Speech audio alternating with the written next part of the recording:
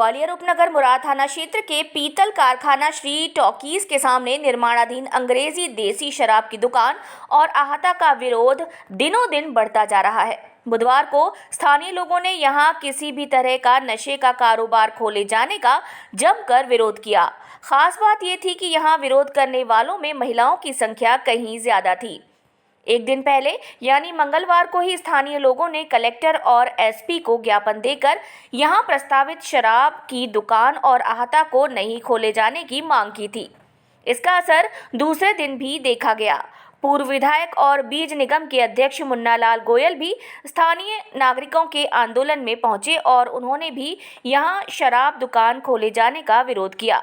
उन्होंने कहा कि वे इस मामले में जिला प्रशासन के अधिकारियों से बात करेंगे और इन दुकानों को अन्यत्र खोले जाने की मांग करेंगे। दरअसल इस बार दुकानों के छोटे समूह नीलाम किए जा रहे हैं। मुरार की अंग्रेजी शराब की दुकान को किसी ने हाल ही में ठेके पर उठाया है। उसे 1 अप्रैल से अपना ठेका शुरू करना है, इसीलिए उसने श्री टॉकीज के सामने के पास दुकान निर्माण की तैयारी शुरू कर दी है। जब लोगों को इसका पता लगा तो उन्होंने विरोध करना शुरू कर दिया। लोगों का कहना है कि शराब दुकान आने से यहां अपराध के ग्राफ में बढ़ोतरी होगी, वहीं आसपास का माहौल भी दूषित होगा। यही नहीं, यहां मंदिर, आंगनवाड़ी और अन्य संस्थान संचालित हैं जहां सामाजिक गतिविधियां होती हैं। बावजूद इसके प्रशासन यहां शराब की दुकान खोले जाने की अनुमति दे रहे। मौके पर पहुंचे तहसीलदार और पुलिस के अधिकारियों ने भी स्थानीय लोगों की बात उच्च स्तर पर अधिकारियों के समक्ष रखे जाने का आश्वासन दिया है।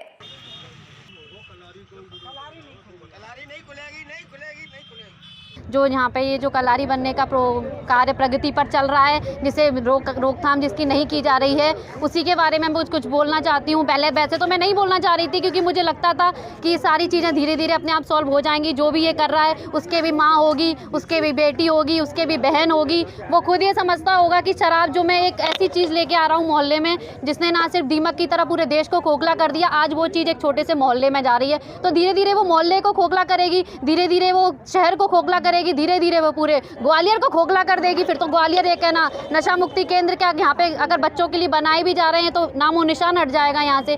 तो बस एक छोटा सा प्रयास मैं सभी से ये कहना चाहती हूँ, प्लीज़ एक मोहल्ला एक मोहल्ले की तरह ही रहने दो, उसे खुशहाल जीवन जीने दो। परिवार की तरह वो रहता है, उसे परिवार में ही रहने दो। वहाँ पर इस तरीके की कलारी ना बनाई जाए। हमारे मोहल्ले को नशा मुक्ति रहने दो। प्लीज़ शिवराज सिंह चौहान से हो या जो भी नेता मेरी बात सुन रहे हो, वो इस बात का ध्यान रहे कि पूरा, मैं सिर्फ अपने मोहल्ला ही नहीं पूरे हिंदुस्तान के लिए बोलना चाहती हूँ कि एक नशा मुक्ति भारत बन जाए बस। मुन्ना लाल गोयल जी ने आश्वासन दिया है कि आप जो कर रहे हो बहुत अच्छा प्रदर्शन कर रहे हो। यहाँ वो कलारी ना बनने का आश्वासन देके गए हैं।